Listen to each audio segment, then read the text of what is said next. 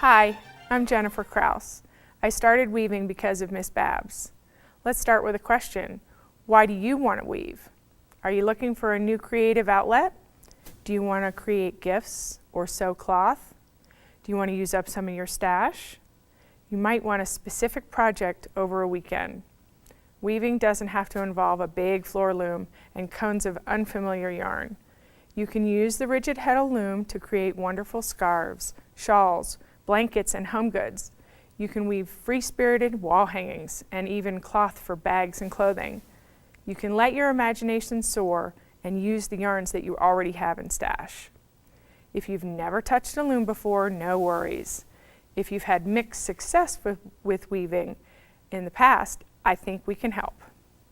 You'll need to start with an assembled Rigid Heddle Loom. This is mine. It's a Cricut and it's 15 inches wide.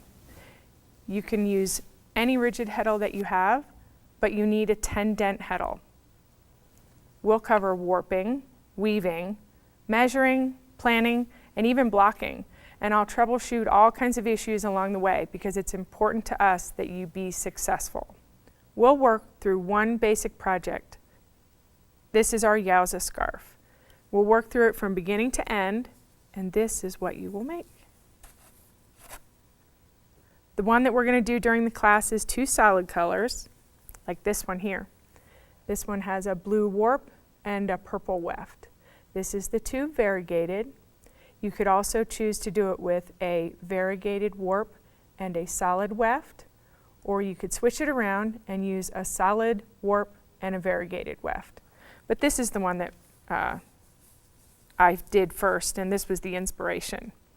And then I'll show you a fun variation for this zigzag scarf working with the same yarn.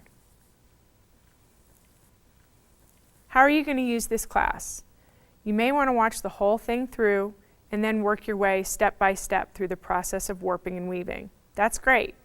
If you want to dive right in, then clear yourself some comfortable workspace and let's begin. There are some printable materials and you may want to print them out before we get started. This class is not about the weaving police. The goal here is for you to achieve what you want, and there are a few ways to get that. Learn what works for you and have an open mind for suggestions, but don't feel that there's a right way or a wrong way. What we want you to do is get results. The rules are just guidelines.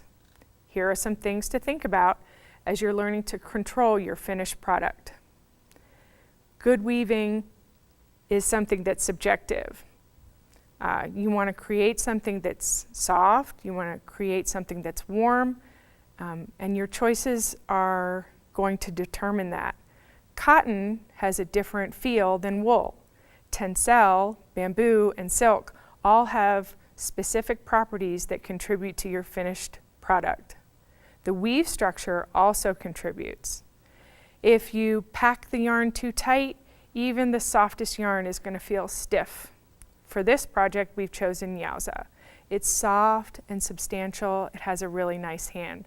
If you've knitted with it, you know what I mean. If you're a loose knitter or a tight knitter, you can kind of understand what I'm talking about because really tight knitting can be stiff and really loose knitting can feel kind of dangerous, like it's going to fall apart. What we're going for here is balanced weave. Sometimes it's called tabby, sometimes it's called even weave. And what that means is just what it sounds. You have just as many warp threads as you do weft. So there's some fun terms. You can take a look at some different weaves here. If you weave really loose, it's called sleazy. And you see lots more warp than you do weft. This one is way too packed. And you can see that if you pack your weft too tight, you're going to see lots more weft. So the color is actually different.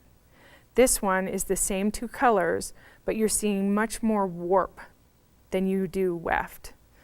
So your edges should be neat and clean and even, and that's something that's going to take a little practice.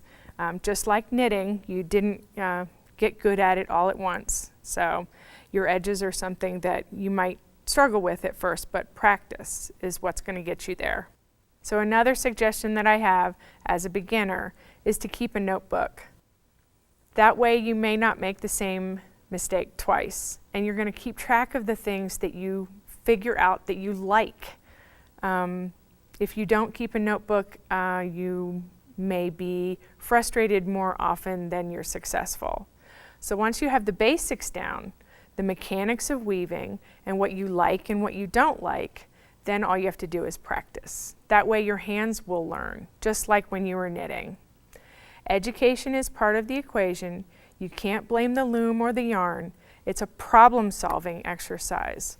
So if you're running into issues, you have to figure out how to change what you're doing in order to get the results that you want. How you weave will affect the finished project. Practice will improve your skill and teach you what you like and what you don't like, what works and doesn't work, just like knitting. Now that you have a good overview of what the class will cover and you have a beginning idea of what you're going for, let's get to know your loom.